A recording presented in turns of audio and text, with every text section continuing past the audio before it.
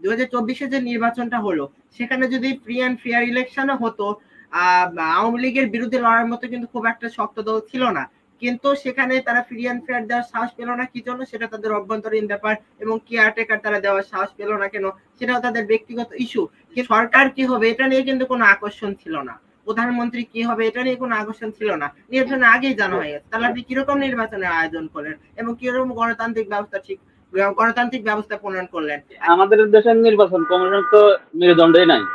তাহলে নির্বাচন নিয়ে আলোচনা করে কি লাভ? ভারতের পুলিশ যেভাবে কাজ করে আমাদের পুলিশ সেভাবে কাজ করে না, কারণ আমাদের পুলিশ হচ্ছে ভারতে যে আওয়ামী লীগ। নির্বাচনটা হলো সে নিয়ে আমাদের দেখার অনেক কিছু থাকলেও, কিন্তু আমাদের তার আদর্শগত মিল না থাকলেও তারা যে বিষয়টা দেখালো প্রতিদ্বন্দ্বিতাপূর্ণ একটা নির্বাচন, তারা কিন্তু নির্বাচন ফলাফল দেওয়ার আগ পর্যন্ত আমরা অনেকটা ইয়েতে ছিলাম যে রেজাল্ট কি আসবে, কিভাবে আমরা কি ফলাফল পাবো। কিন্তু বাংলাদেশের নির্বাচনে ভোট তফসিল ঘোষণার পর থেকেই জানা যাচ্ছে কে সরকার হবে। এরকম একটা সরকার ব্যবস্থা, এরকম একটা নির্বাচন তো আমরা চাইনি। আর আজকে আরেকটা যে বিষয় যে মোদীর গদি কতদিন টিকবে, সেখানে যে এনডিএ সরকার গঠন করেছে চন্দ্রবাবু নাইডু আর নীতিশ কুমারকে নিয়ে, তারা কিন্তু দল পরিবর্তনে অভ্যস্ত। এই যে নির্বাচনের কিছুদিন আগেও তারা ইন্ডিয়া জোটে ছিল, কিন্তু তারপরে আবার হঠাৎ করে জোট পরিবর্তন করে এনডিএ তে যুক্ত হলো। আবার হঠাৎ করে এরকম যাদের তার পূর্বেও নীতিশ কুমারের অনেক দল পরিবর্তনের রেকর্ড আছে, তারপরে তারা যে আবার দল পরিবর্তনে তাদের এই অভ্যাস আবার মাথাচাড়া দিবে না, এটাও অস্বীকার করার উপায় নেই। সুতরাং তাদের নিয়ে, যাদের নিয়ে তারা জোট গঠন করেছে, তাদের অস্তিত্ব নিয়ে অনেক মানুষের কাছে প্রশ্ন আছে, এবং বিধায়ক কিনে সদস্য কিনে গদি দখল করার অনেক নজির আছে। আমরা সে বিষয়ে না গলালেও বলতে পারি যে মোদী যে সরকারটা গঠন করলো সেক্ষেত্রে তার একটা সংখ্যা আছে। বাংলাদেশ প্রতিদিন আজকে দেখলাম অ্যাডিং করেছে যে সংখ্যা নিয়ে শপথ গ্রহণ। আসলে এটা সঠিক। তারা কিন্তু নির্বাচনের আগে স্লোগান দিচ্ছিল এবার তারা 400 পার করবে জোট সরকার নিয়ে, কিন্তু 400 তো দূরের কথা, 300 কিন্তু তারা আসন পেতে পারেনি। পক্ষান্তরে কংগ্রেসের গতবার যে শোচনীয় অবস্থা ছিল সেটা পুষিয়ে উঠে তারা ইন্ডিয়া জোট নিয়ে প্রায় 232টা আসন, খুব বেশি ডিস্টেন্স নেই।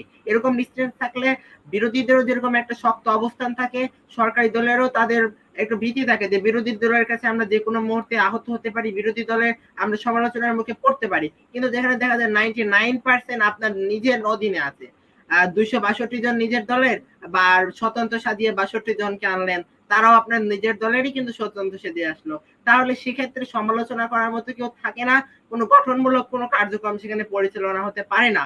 সেজন্য আমাদের শিক্ষার বিষয় যে আমরা যদি সেরকম একটা নির্বাচন দিতে পারতাম, তাহলে 2024-এ যে নির্বাচনটা হলো সেখানে যদি ফ্রি অ্যান্ড ফেয়ার ইলেকশনও হতো, আওয়ামী লীগের বিরুদ্ধে লড়ার মতো কিন্তু খুব একটা শক্ত দল ছিল না, কিন্তু সেখানে তারা ফ্রি অ্যান্ড ফেয়ার দেওয়ার সাহস পেল না কি জন্য সেটা তাদের অভ্যন্তরীণ ব্যাপার, এবং কেয়ারটেকার তারা দেওয়ার সাহস পেল না কেন সেটাও তাদের ব্যক্তিগত ইস্যু।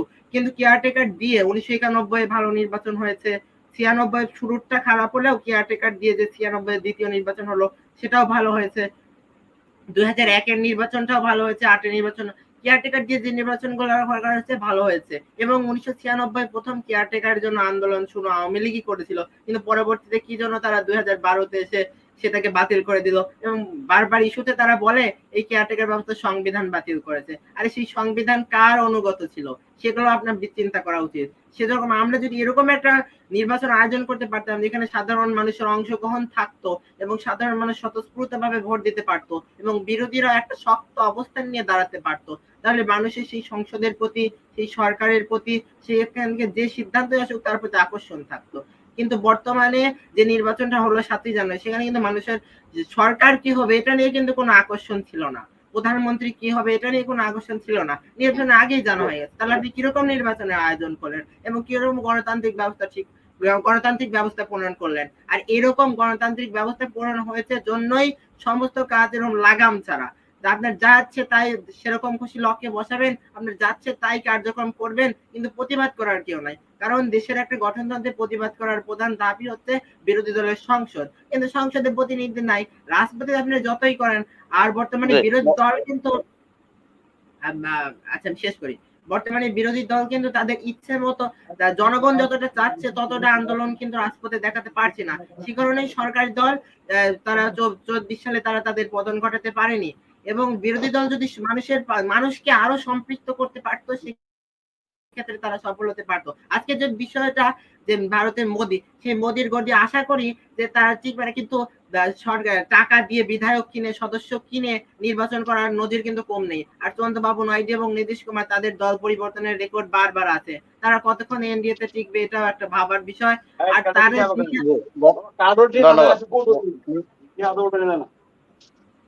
ধন্যবাদ মমতাজ জি তরিকুল আনমিউট করে প্রশ্ন করেন আসসালামু আলাইকুম। জি বলেন ওয়ালাইকুম আসসালাম জি, আপনারা ভালো আছেন?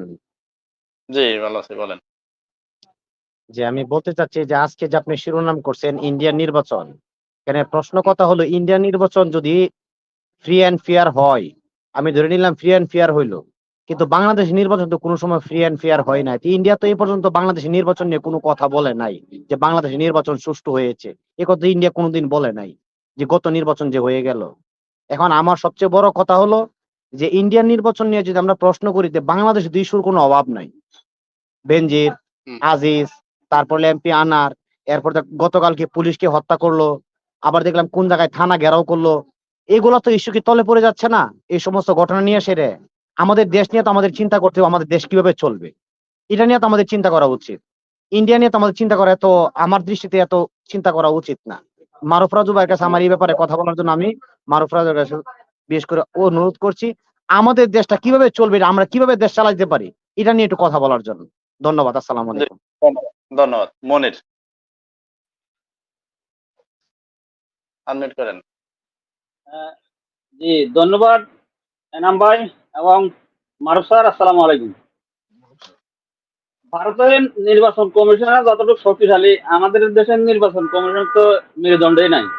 তাহলে নির্বাচন নিয়ে আলোচনা করে কি লাভ? ভারতের পুলিশ যেভাবে কাজ করে আমাদের পুলিশ সেভাবে কাজ করে না। কারণ আমাদের পুলিশ হচ্ছে আওয়ামী লীগ, ছাত্রলীগের বিভিন্ন সংগঠনের নেতাদেরকে পুলিশের মধ্যে চাকরি দেওয়া হয়েছে। তাহলে এরা কিভাবে নিরপেক্ষভাবে কাজ করবে? আপনারা ইতিমধ্যে দেখেছেন, আমরা আগে দেখতাম যে প্রতিদিন ছাত্র দলের শিবিরের নেতা কর্মীদেরকে প্রতিদিন হত্যা করা হতো, কিন্তু এখন দেখা যাচ্ছে প্রায় প্রতিদিনই ছাত্রলীগের বিভিন্ন কমিটির নেতারা একজন নেতা আরেকজন নেতাকে হত্যা করতেছে।